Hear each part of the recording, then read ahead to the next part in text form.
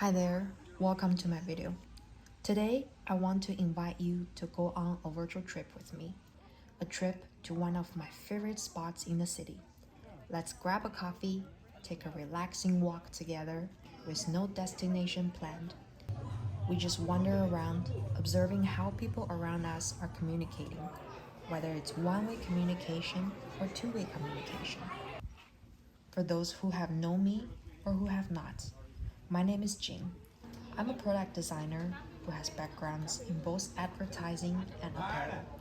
Recently, I started my master education at University of Waterloo to advance my skills in digital experience innovation. Even though it has only been 10 days so far, I've already been learning so much every day that benefits not only my work, but also my social life and even my family life. And I would like to share some of that in today's chat. Hopefully, you can walk away from this video receiving some helpful tips that could benefit you as well.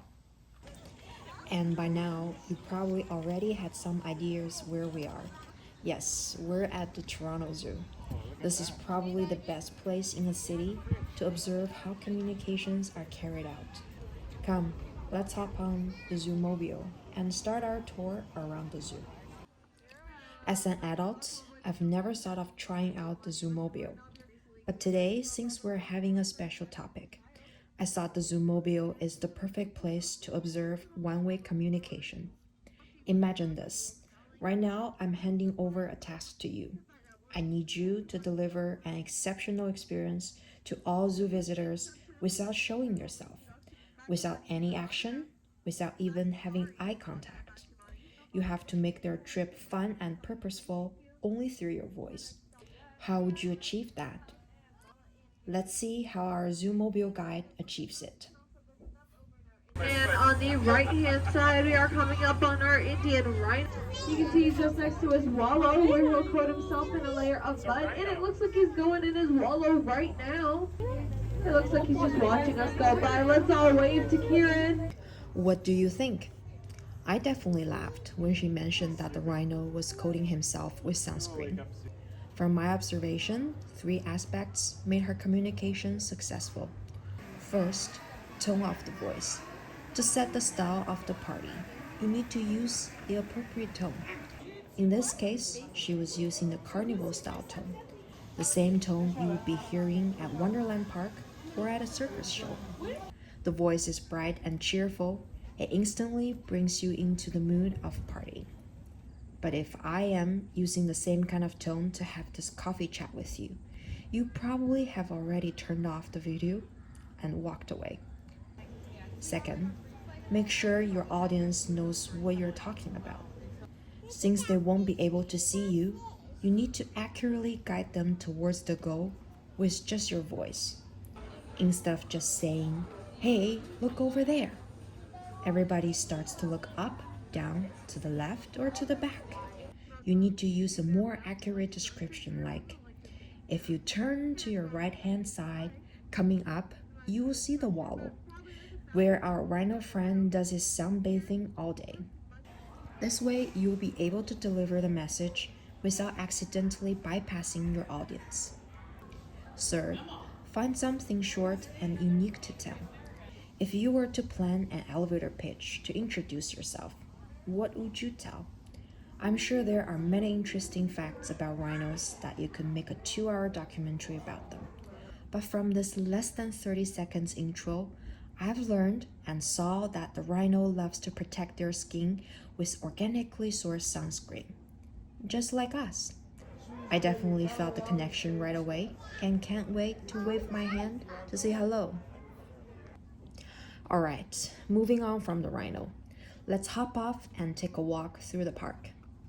One reason that I think the zoo is a great place to observe communication is because it just has so many different types of groups here. You can see school groups, work groups, friends, couples, and today especially due to the fact that it's the last long weekend before school starts, you see lots of family groups here. And by observing family conversations, I really want to bring out a topic about communication styles. I was introduced to this concept in my DEI course, Working in Groups. The course was written by Linda Carson and Tabasa Domingos and led by Will Jha. A really great course to learn about team dynamics and team success. And in Module 3, we were introduced that there are two different communication styles, whether communicate to establish status or communicate to build connection. You see this a lot in families with small kids, especially with toddlers around 2 to 3 years old. A typical thing would be the toddler saying, "No, I want this. No, I want to do this." And the parent starts nicely like, "I'm sorry, you can't do this because it's not appropriate."